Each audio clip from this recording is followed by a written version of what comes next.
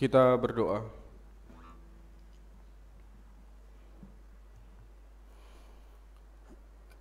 Kemana lagi kami akan mencari kekuatan serta sumber pemulihan kami jika bukan kami datang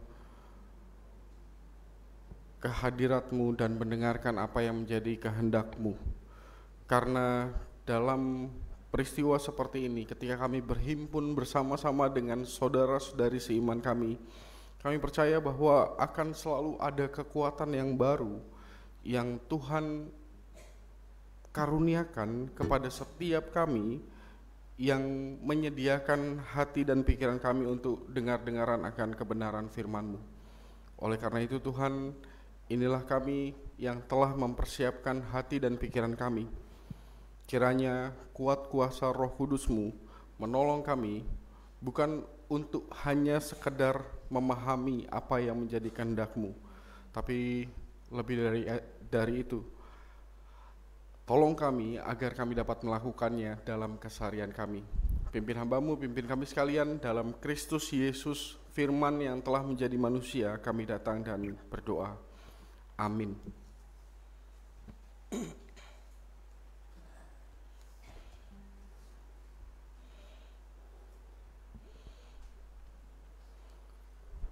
Matius 9 ayat 9 sampai dengan ayat 13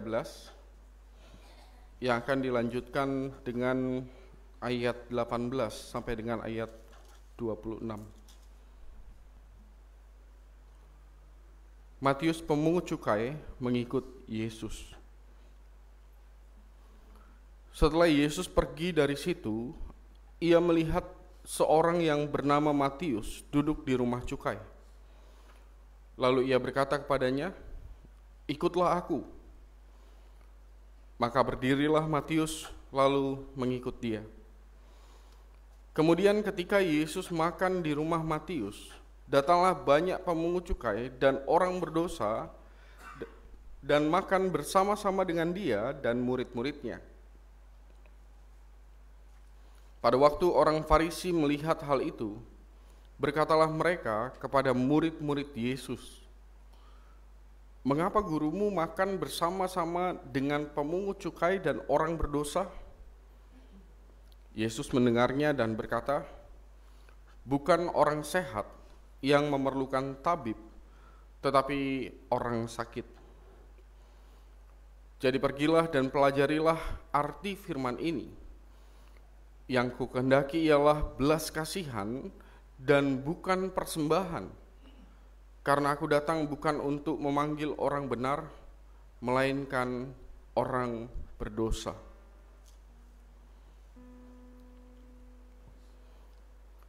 Anak kepala rumah ibadat, perempuan yang sakit pendarahan. Sementara Yesus berbicara demikian kepada mereka, datanglah seorang kepala rumah ibadat, lalu menyembah dia dan berkata,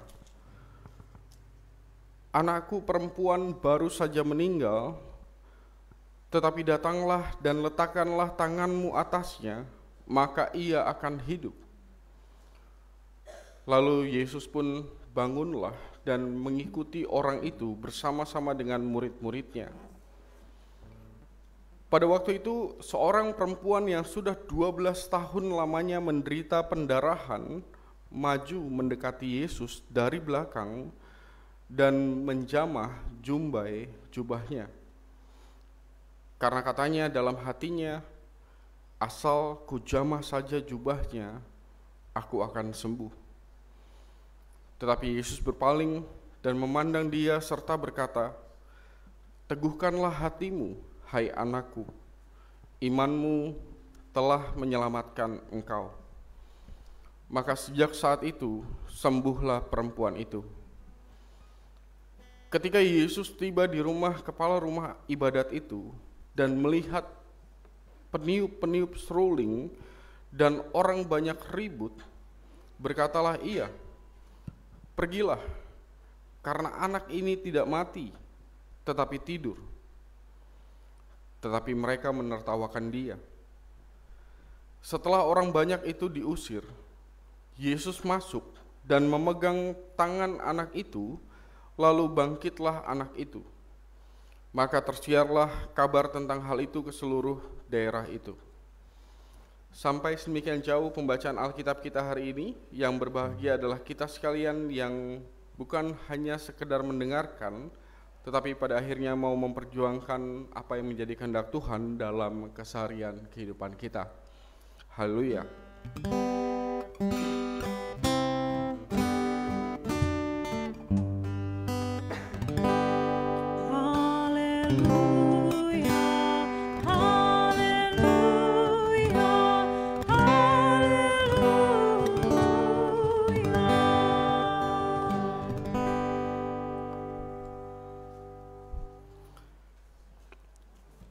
Shalom Bapak Ibu semuanya.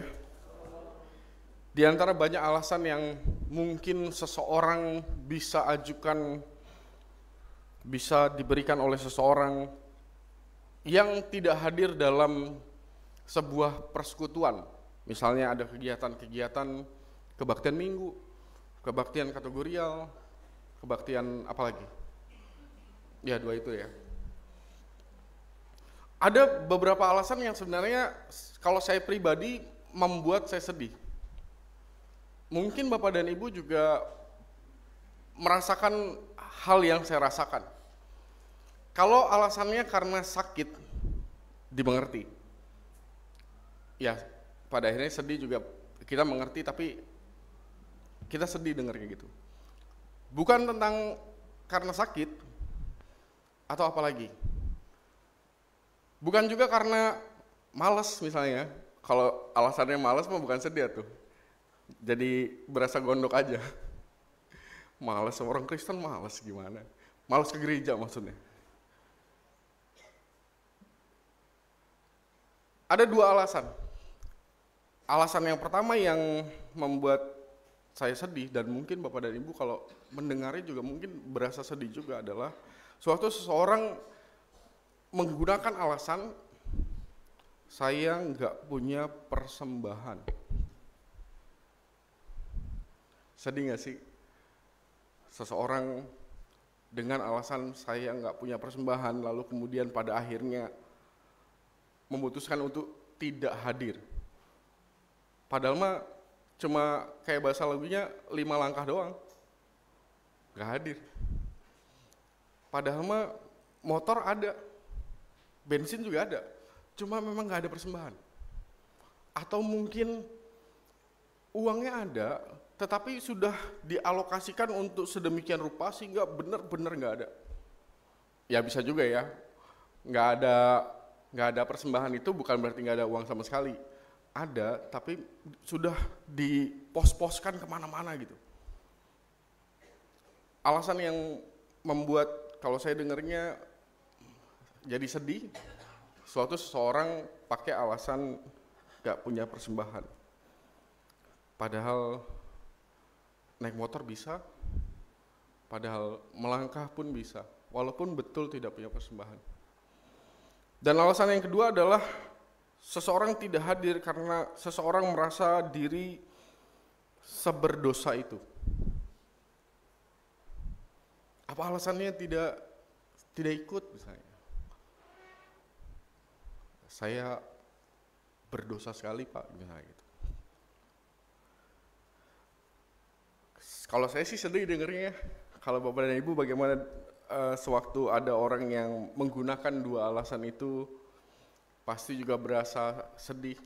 Bukan berasa marah kalau misalnya orang ya karena malas aja gitu ya. Kalau karena malas aja mungkin kita jadi kesel gitu ya. Tapi ini orangnya mau, tetapi ada sesuatu yang membuat dia jadi berasa nggak enak sekali. Dan di situ kita jadi sedih. Kenapa sedihnya? Kalau buat saya sedih karena justru di saat-saat yang seperti itu, saat-saat yang paling sulit dalam kehidupan kita, justru di saat seperti itulah kita kan butuh kekuatan yang bukan cuma kekuatan yang kita miliki, karena sudah terbukti kan kekuatan yang kita miliki, pergumulan datang, kekuatan kita nggak cukup. sudah jelas nggak cukup. Sehingga pada akhirnya kita perlu kekuatan yang baru, pemulihan yang baru bagi jiwa kita. Dari siapa? Ya dari siapa lagi kalau bukan dari Tuhan. Dan mau ketemu di mana lagi kalau bukan salah satu yang paling besar adalah di saat-saat seperti ini. Di saat-saat kita berhimpun bersama-sama, ketemu dengan saudara-saudari seiman dalam berbagai kebaktian. Ya memang ke gereja tidak akan membuat otomatis seseorang yang bergumul lalu kemudian pulang gereja pergumulannya langsung hilang. Enggak. Pergumulan mah pasti enggak hilang. Misalnya Bapak dan Ibu tadi pagi punya pergumulan nih, lalu kemudian hari ini datang ke gereja, nanti pulang pergumulan enggak hilang, belum hilang, tapi minimal kita, saya, Bapak dan Ibu punya kekuatan yang baru yang kita dapatkan sewaktu kita berhimpun seperti ini. Apalagi kalau misalnya kebaktian-kebaktian kategorial, biasanya kita punya kesempatan untuk mendapatkan kekuatan yang jauh lebih besar. Karena apa? Karena kita sharing. Dan di sharing itu kita bisa dengar pengalaman, kesaksian saudara-saudara seiman kita. Kalau kebaktian minggu kan cuma monolog nih, cuma dari saya doang. Kalau kebaktian kategorial, kebaktian KRT, itu ada sharingnya. Dan biasanya ada orang-orang, ada saudara-saudara kita yang memberikan kesaksian, dan dari kesaksian itu seseorang jadi dikuatkan. Jadi kenapa mendengar dua alasan itu seseorang bisa jadi sedih? Ya, saya sedih karena seharusnya seseorang datang untuk mendapatkan kekuatan karena dia perlu kekuatan, tapi yang terjadi saat itu justru dia menjauhkan diri dari sumber kekuatannya. Ada alasan yang lain yang membuat Bapak dan Ibu sedih. Kalau saya sih minimal dua alasan itu. Dia membutuhkan kekuatan, sumber kekuatan terbesarnya ada di sini misalnya, dalam kehidupan persekutuan, tapi dia menjauh dari sumber kekuatan. Lalu pulihnya kapan? Lalu punya tenaga barunya kapan? Oleh karena itu Bapak dan Ibu, apa yang kita baca dalam perikop kita hari ini benar-benar menjadi kabar baik bagi kita semua, terutama semoga juga terutama bagi orang-orang yang mungkin saja menggunakan dua alasan itu sampai dengan hari ini. Bacaan perikop kita nih betul-betul menjadi kabar baik bagi kita semuanya. Boleh kita lihat lagi bahan bacaan Alkitab kita. Ada berapa tokoh selain Tuhan Yesus? 3. Ya kan ya? Ya tokoh utamanya. Ya ada orang Farisi memang, lalu kemudian ada orang-orang banyak lainnya. Tapi tokoh utamanya Tuhan Yesus dan 3 orang ini. Siapa aja? Matius pemungut cukai. Lalu kemudian perempuan yang sakit pendarahan selama 12 tahun. Kedua ya. Lalu ketiga adalah kepala rumah ibadat yang anaknya meninggal. 3. Ada pola yang menarik sewaktu kita membaca 2 perikop yang diselingi oleh 1 perikop di tengah gitu ya. Pasti punya alasan kenapa bahan bacaan Alkitab kita menggabungkan 2 perikop yang diselingi oleh 1 perikop tentang pengajaran, tapi kemudian 2 peristiwa ini digabungkan dalam pembacaan Alkitab. Yang menarik adalah kalau kita melihat tentang siapa yang aktif dan siapa yang berinisiatif. Siapa yang aktif berinisiatif lebih dulu. Coba deh, kalau pemungut cukai siapa yang aktif, siapa yang berinisiatif? Pemungut cukainya? Enggak. Yesusnya. Benar? Yesusnya yang katakanlah negor, nyapa, lalu kemudian ada di rumah pemungut cukai, sehingga pada akhirnya semua pemungut cukainya ngumpul gitu ya. Yang aktif bukan Matiusnya, Yang aktif justru Yesus. Tapi dua tokoh yang lain, ayah yang anaknya meninggal, kepala rumah ibadat ya. Jadi kontras juga tuh antara pemungut cukai yang dibenci luar biasa sama orang Israel karena dianggap pengkhianat bangsa karena memungut pajak, dan kadang-kadang mereka juga suka ngelebih-lebihin gitu ya, suka korup pemungut cukainya di masa itu. Dan kemudian kontras sekali dengan siapa? Dengan seorang kepala rumah ibadat yang posisinya betul-betul dihormati. Jadi ada kontras antara seseorang yang dianggap pengkhianat, tapi ini satunya lagi seseorang yang sangat-sangat dihormati sebagai kepala rumah ibadat. Dan satu lagi, seorang perempuan yang sudah sakit bertahun-tahun lamanya. Perempuan yang kadang-kadang suka dianggap tidak penting di zaman Tuhan Yesus. Jadi tiga tokoh ini benar-benar mewakili banyak sekali kelompok-kelompok orang yang menjadi gambaran nyata dalam kehidupan keseharian kita. Berbedanya apa? Berbedanya coba lihat deh apa yang dilakukan oleh dua tokoh ini. Siapa yang aktif? Siapa yang berinisiatif? Yesus? Bukan. Yang berinisiatif duluan adalah bapaknya itu. Bapaknya yang anaknya meninggal, dan kemudian perempuan yang sakit selama bertahun-tahun itu, yang inisiatif datang mencari dan percaya kalau misalnya dia datang pada Tuhan, maka sakitnya disembuhkan, maka anaknya yang mati lalu kemudian bisa hidup kembali. Jadi ada dua dimensi yang berbeda ya, ada dua nuansa yang berbeda. Yang satu yang aktif, yang berinisiatif adalah Tuhan Yesus. Yang satunya lagi, yang aktif, yang berinisiatif justru dari orangnya, dari bapaknya yang anaknya sakit, perempuan yang anaknya meninggal, perempuan yang dirinya sakit. Oke, sampai di situ Bapak dan Ibu.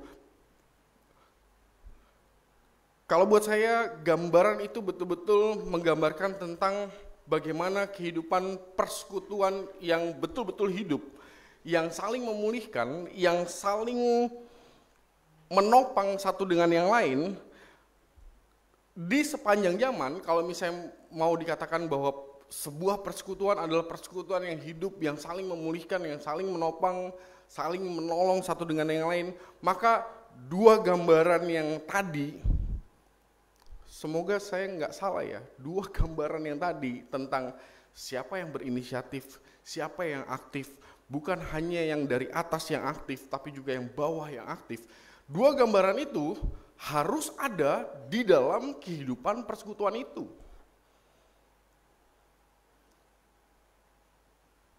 Dua-duanya.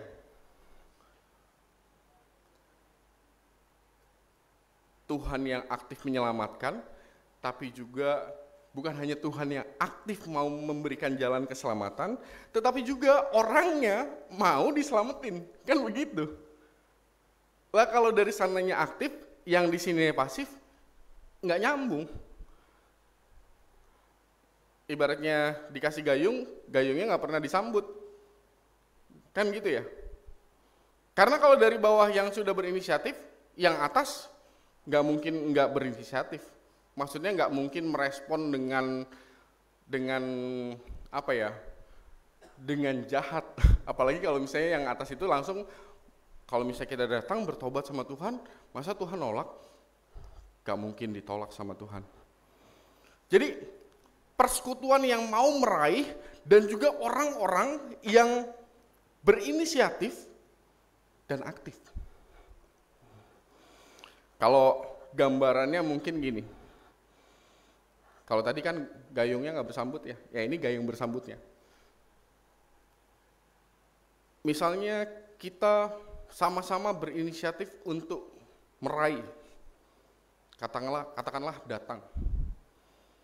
Setelah datang, ya pasti kita pulang dong ke rumah kita masing-masing. Berarti ada inisiatif dari persekutuan untuk datang, meraih. Tetapi selebihnya, pada akhirnya yang diharapkan apa? Yang diharapkan adalah inisiatif dan aktif dari yang diraih ini. Makanya keduanya memang harus muncul di sepanjang zaman. Persekutuan yang mau meraih, yang mau sama-sama untuk memulihkan, dan juga orang yang berinisiatif untuk menerima, menggapai apa yang diberikan melalui persekutuan. Itu namanya gayung bersambut.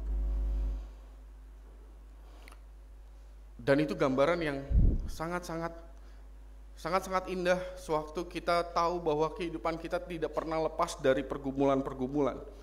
Karena kita tahu akan ada orang-orang di sekitar kita yang mau saling mengingatkan, mau saling menguatkan, mau saling menopang satu dengan yang lain. Terakhir, yang paling menakutkan dalam kehidupan persekutuan kita dari zaman ke zaman, juga ada dalam perikop kita. Yang paling menakutkan adalah alih-alih kita menghadirkan semangatnya Yesus atau bahkan semangatnya seorang bapak yang datang ke Yesus, seorang ibu yang sakit bertahun-tahun datang ke Yesus, alih-alih kita menunjukkan inisiatif sedemikian rupa, mengaktifkan diri kita sedemikian rupa, tetapi ketimbang kita melakukan itu, maka yang paling menakutkan adalah justru apa yang bisa kita temukan di ayat 11 dan ayat 24. Boleh dilihat ayat 11 dan ayat 24. Ayat 11, kebiasaan orang-orang Farisi. Itu orang Farisi ya disebutnya ya. Sebentar. 9 ayat 11. Orang Farisi. Kebiasaan sekali. Dan itu buruk sekali. Ya walaupun tidak bisa disalahkan juga ya. Itu karena memang mereka punya pemahaman seperti itu. Bahwa orang berdosa membuat Israel dihukum sama Tuhan. Gak bisa bebas dari penjajahan Romawi. Tapi ya pada akhirnya menghasilkan kehidupan yang gak enak. Yang seperti itulah. Berinisiatif untuk memulihkan, yang dilakukan oleh mereka adalah ngomenin. Julid, bener gak sih bahasa julid? Komentarnya nggak enak, nggak seperti yang terjadi tentang gambaran anak yang hilang. Kalau anak yang hilang kan gambarannya persis seperti ya bapaknya. Sewaktu anaknya hilang pulang, bapaknya bersukacita, tapi orang-orang Farisi betul-betul menggambarkan seperti anak sulungnya. Ngomong, ngoceh, nggak suka, bertanya, bahkan nyindir. Dan yang lebih parah lagi adalah ayat 24, karena di situ dikatakan bahwa ada orang-orang yang menertawakan. Harapan kita semua, semoga ayat 11 dan ayat 24 betul-betul jauh-jauh dari kehidupan persekutuan kita. Tetapi Bapak dan Ibu betul-betul menggambarkan tentang bagaimana kita rindu untuk berinisiatif, untuk meraih. Kita rindu juga untuk berinisiatif, untuk datang menghadap kepada Tuhan. Karena dari sana kita mendapatkan kekuatan kita. Hari ini juga sebentar kita akan ada dalam kegiatan rapat jemaat. Satu momen yang sebenarnya sangat-sangat penting, karena dari situlah suaranya Bapak dan Ibu diperdengarkan sehingga menjadi pertimbangan untuk program-program selanjutnya. Maka semoga di dalam momen-momen seperti saat ini nanti, rapat jemaat gak lama ya, semoga juga 1 jam, 1,5 jam selesai, semoga. Tapi menjadi satu keputusan bersama yang semoga dari hal-hal seperti ini nanti kita akan mendapatkan sesuatu yang pada akhirnya kita tahu kita sedang memperjuangkan sesuatu yang lebih baik lagi daripada apa yang sudah kita lihat hari ini. Dan peran Bapak dan Ibu sangat diperlukan, suaranya Bapak dan Ibu sangat diperlukan.